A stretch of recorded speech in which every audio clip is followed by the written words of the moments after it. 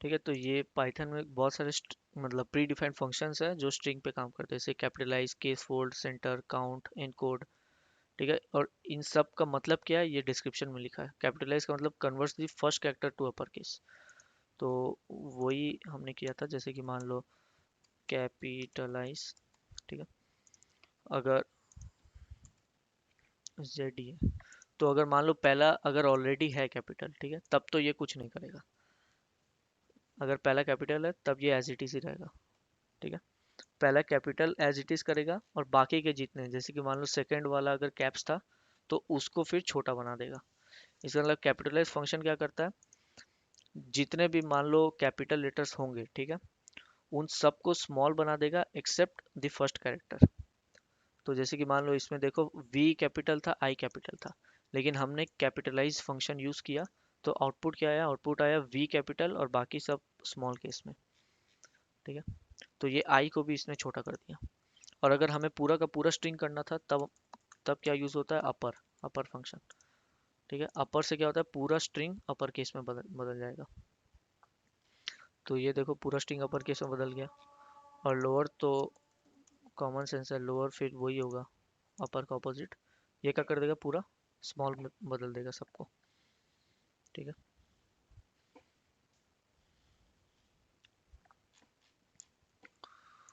तो ये बहुत सारे फंक्शंस है, इसका ऐसे प्रोग्रामिंग में फ्रीक्वेंटली यूज नहीं पड़ेगा। ठीक है, अगर कोई भी मान लो फंक्शन यूज करना है प्री डिफाइंड, तो प्रोग्रामर्स क्या होता है वो सब याद नहीं करते, उनको इतना सारा लिस्ट ये मैंने जो लिखा है ये याद नहीं रहता है किसी को, कि इतना सारा फंक्शंस का नाम याद करना। मान लो अगर आपको कोई भी फंक्शन की ज़रूरत है, ठीक है, तो आप सिर्फ गूगल सर्च कर सकते हो, जैसे कि how to capitalize a string in Python, बस ऐसे गूगल सर्च करो मिल जाएगा। ठीक है, फंक्शन। या अगर मान लो कोई फंक्शन का आपको वो करना है कि मीनिंग जानना है, ठीक है, कि इसका मीनिंग क्या है। फॉर एग्जांपल कोई भी एक ले लेते हैं, जैसे कि फाइंड, फाइंड फंक्शन क्या करता है, searches the string for a specified value and returns the position where it was found. ठीक है, तो अब फाइंड फंक्शन क्या करता है, कोई भी एक वैल्यू को सर्च करता है एक स्ट्रिंग के अंदर। अब मान लो किसी को फाइंड फंक्शन यूज करना नहीं आता, तो सिंपली यहाँ पे ऐसे लिख दो फाइंड इन पाइथन। ठीक है, एक प्रोग्रामर का सबसे बड़ा दोस्त होता है इंटरनेट। तो ये देखो, एक मैंने सर्च किया गूगल सर्च, सबसे पहले ही आ गया। तो अब ये देखो फाइंड कैसे यूज करना है, ये दिखा दिया इसने। जैसे कि मान लो एक वेरिएबल है txt, इसके अंदर क्या है, hello welcome to my world. ठीक है, अब x एक वेरिएबल है जिसमें हम लोग कर दिए txt डॉट फाइंड वेलकम। ठीक है, अब इसमें प्रिंट कर रहे हैं x की वैल्यू। तो वेलकम जो है वो कहाँ पे है, वो सर्च कर रहा है, तो कहाँ पे है, 0 1 2 3 4 5 6 7, सेवेंथ इंडेक्स से स्टार्ट है वेलकम। ठीक है, तो इसलिए आंसर क्या आ गया, 7।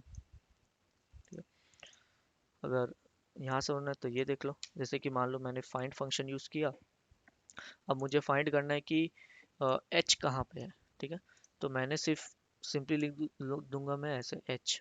ठीक है, अब इसको सर्च करूंगा, सॉरी ये स्ट्रिंग है तो इसको उसमें देना है, इन्वर्टेड कॉमर्स में देना है। ये देखो एरर आ गया, एच इज़ नॉट डिफाइंड, क्योंकि इन्वर्टेड कॉमा में नहीं दिया मैंने। ठीक है, एच।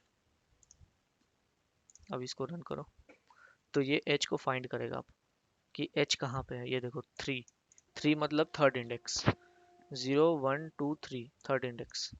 ठीक है, अच्छा इसको सिंगल इन्वर्टेड में भी लिख सकते हैं ऐसे, डबल या सिंगल, जिस जैसे मर्जी, इसको भी सिंगल है ना, ये डबल इन्वर्टेड में भी लिख सकते हैं। तो और अगर हो एक गया। लेटर दो बार रिपीट हुआ तो? हाँ, और एक हाँ, लेटर दो जैसे बार कि रिपीट मान हुआ लो तो? अगर यहाँ पे है, ठीक है, एच एच, ठीक है, तो यहाँ पे क्या है, 3 है और फोर्थ दो इंडेक्स पे है, तो ये क्या दिखा रहा है, 3, क्यों, क्योंकि ये पहला वाला एच को देखेगा कहाँ पे है। ठीक है, एच जहाँ से स्टार्ट हो रहा है, मतलब फर्स्ट टाइम जब ये एच एनकाउंटर करेगा वो वाला इंडेक्स से रिटर्न करके दे देगा। जैसे कि यहाँ पे 3 पे भी है, 4 पे भी है, लेकिन ये रिटर्न करके दे रहा है 3, क्योंकि इसको 3 पे ही पहले मिल गया, तो बस यहीं पे फंक्शन का काम खत्म। ठीक है, तो ऐसे ही करके बहुत सारे हैं, अब एक एक करके उतना ज़रूरत नहीं पड़ेगा। अगर कभी प्रोग्रामिंग के टाइम ज़रूरत पड़ता है तो ये ऐसे हम लोग डायरेक्ट गूगल सर्च कर सकते हैं, इतना सारा फंक्शंस है, ये सब याद करने की ज़रूरत नहीं है। ठीक है, मेन फोकस करो वो लॉजिक बिल्डिंग पे। ठीक है, तो अब जैसे कि मान लो ये एक और चीज़ है, रिमूव वाइट स्पेसेस। ठीक है, तो वाइट वाइट स्पेसेस एक फंक्शन है strip. The strip method removes any white spaces from beginning और एंड। ठीक है, जैसे कि मान लो अगर ये विष्णु है, ठीक है, इसमें अगर मान लो स्पेस होता स्टार्टिंग में, ठीक है, या फिर एंड में भी मान लो स्पेस होता बहुत सारा।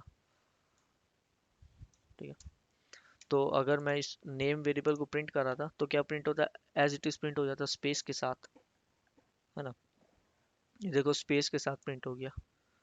ठीक है, तो अगर मैं स्ट्रिप फंक्शन यूज कर देता हूँ, ठीक है, स्ट्रिप फंक्शन, तो ये क्या करता है, सारा एक्स्ट्रा जो स्पेसेस है, ब्लैंक स्पेसेस, उसको हटा देता है स्टार्टिंग और एंडिंग से। ठीक है, तो ये देखो विष्णु आ गया। हाँ, इसका मतलब ये नहीं है कि ये बीच में से कुछ हटा देगा, जैसे कि मान लो विष्णु मिश्रा ऐसे लिखा होता, तो ये बीच का ब्लैंक स्पेस है, इसको नहीं हटाएगा, ये सिर्फ स्टार्टिंग और एंडिंग से हटाएगा।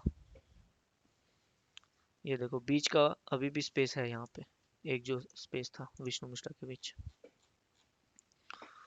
ठीक है, और क्या क्या है, ये अपर केस लोअर केस तो देख ही लिया हमने। ठीक है, और ठीक है, तो एक और है ये, जैसे कि मान लो स्प्लिट स्क्रीन, मतलब split method. The split method returns a list. अच्छा, लिस्ट तो हम लोग ने अभी देखा नहीं है, ये तब बाद में देख लेंगे। ठीक है, लिस्ट तो जब पढ़ेंगे तब देख लेंगे ये वाला फंक्शन। और स्क्रीन कॉन्कैटिनेशन, ये तो हमने बहुत पहले ही देख लिया था, स्ट्रिंग को कैसे कॉन्कैटिनेट किया जाता है। जैसे कि मान लो अगर एक्स में है हाय और वाई में है हेलो, और मैं प्रिंट करवा रहा हूँ एक्स प्लस वाई। ठीक है, तो ये क्या करेगा, कॉन्कैटिनेट कर देगा। कॉन्कैटिनेट मतलब जोड़ देगा, तो ये हाई और हेलो को जोड़ के प्रिंट करा देगा हाई हेलो। और it same goes for any integer also. अगर मान लो मैंने 9 लिखा होता यहाँ पे और यहाँ लिखा होता 5, तो मैंने बताया था पाइथन में कोई भी यूजर इनपुट को, ठीक है, कोई भी वेरिएबल में जो भी यूजर इनपुट है उसको क्या माना जाता है, एज अ स्ट्रिंग, स्ट्रिंग उसको माना जाता है। ठीक है, तो अच्छा ये एक टेस्ट लेते हैं, ये बताओ इसका आउटपुट क्या आएगा, 9 और 5, इसका क्या आएगा। 95। श्योर। हाँ। नहीं, 14। मैंने अभी क्या बोला, जस्ट 10 सेकंड पहले मेरी बात सुनो। मैंने क्या बोला, पाइथन में कोई भी यूजर इनपुट को स्ट्रिंग माना जाता है। तो ये यूजर इनपुट थोड़ी है, ये तो हमने वेरिएबल को खुद से प्रोग्राम के अंदर ही डेटा असाइन कर दिया। यही अगर मैं यूजर इनपुट लेता, जैसे कि मान लो इनपुट, अच्छा। ठीक है, ऐसे करके अगर मैंने लिया होता और यहाँ पे दे देता 9 और 5, इस समय ये इसको एज स्ट्रिंग ट्रीट करता, तब ये क्या प्रिंट करके दे देता 95। लेकिन हम लोग ने ऐसा थोड़ी किया था, हम लोग ने तो डायरेक्ट इसको पहले से ही हाथ में थमा दिया, वैल्यूज हार्ड कॉपी कर दिया हमने वैल्यूज को। तो इस समय ये स्ट्रिंग नहीं, ये इस समय इंटीजर ही मानेगा इसको। ठीक है, अच्छा, और जैसे कि फिलहाल स्ट्रिंग पे आते हैं, हाय हेलो, इसके बीच मान लो हमें क्या देना है, एक स्पेस देना है। ठीक है, तो हम लोग क्या कर सकते हैं, एक्स प्लस एक इन्वर्टेड कॉमा, इसके अंदर एक स्पेस, ठीक है, वापस से एक प्लस दे देंगे ऐसे। ठीक है, अब इसको रन करते हैं, तो क्या होगा, एक्स के बाद ये वाला स्पेस प्रिंट हो जाएगा। तो देखो हाई के बाद एक स्पेस प्रिंट हो गया। ठीक है, अच्छा ये जो प्लस के बीच बीच में ये सब दे या ना दे उससे फर्क नहीं पड़ता, ये तो मैं जस्ट प्रोग्राम को थोड़ा नीट लगे उसी लिए देता हूँ। अगर इसको ऐसे भी लिखा होता तो कोई फर्क नहीं पड़ता। मेन ये है कि प्लस के बाद स्ट्रिंग के अंदर क्या है, स्ट्रिंग के अंदर स्पेस है, तो इसीलिए इन दोनों के बीच भी एक स्पेस प्रिंट होगा। ठीक है, इसके बीच में कुछ भी लिखूं, अगर मान लो मैं at the rate W W E ऐसे भी लिखता, तो इन दोनों के बीच एक स्पेस, उसके बाद एट द रेट डब्ल्यू ये प्रिंट होता है। ये देखो, हाय एक स्पेस डब्ल्यू फिर हेलो।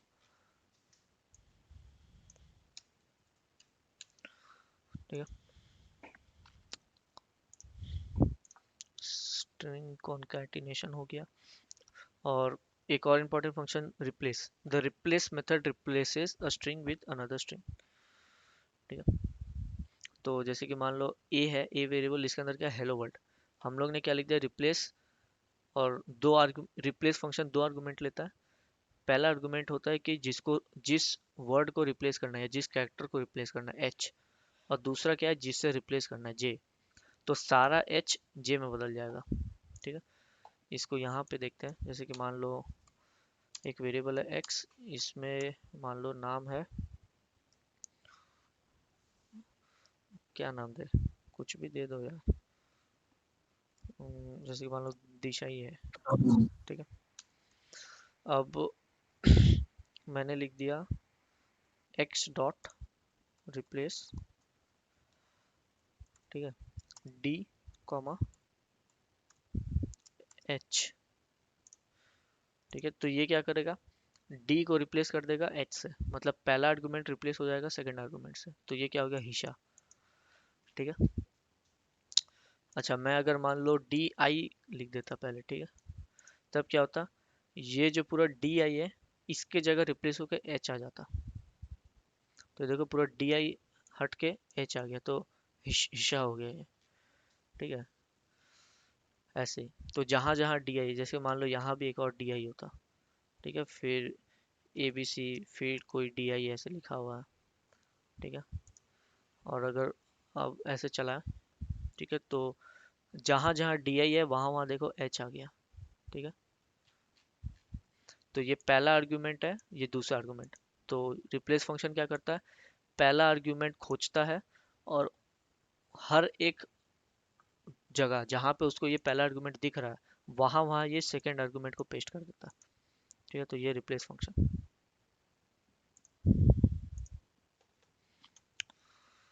ठीक है, तो आज का क्लास यहीं तक रहने देते हैं, फिर कल ये देखेंगे एरेस।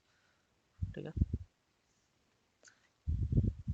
उसके बाद लिस्ट, टपल, सेट, ये सब फिर स्टार्ट करेंगे। अब पाइथन कलेक्शन नेक्स्ट क्लास में देखते हैं, आज के लिए इतना ही। तो पाइथन का यही प्रैक्टिस करो। ठीक है, ये सारा प्री डिफाइंड फंक्शंस पाइथन में, मल्टी लाइन स्ट्रिंग लिखना, सिंगल लाइन स्ट्रिंग लिखना, ये सब प्रैक्टिस करो। नहीं तो ऐसा माथा के ऊपर से निकल जाएगा, भूल जाओगे। पॉजिटिव इंडेक्सिंग, नेगेटिव इंडेक्सिंग, ये सब चीज़। ठीक है, तो आज का क्लास यहीं तक रहने देते हैं।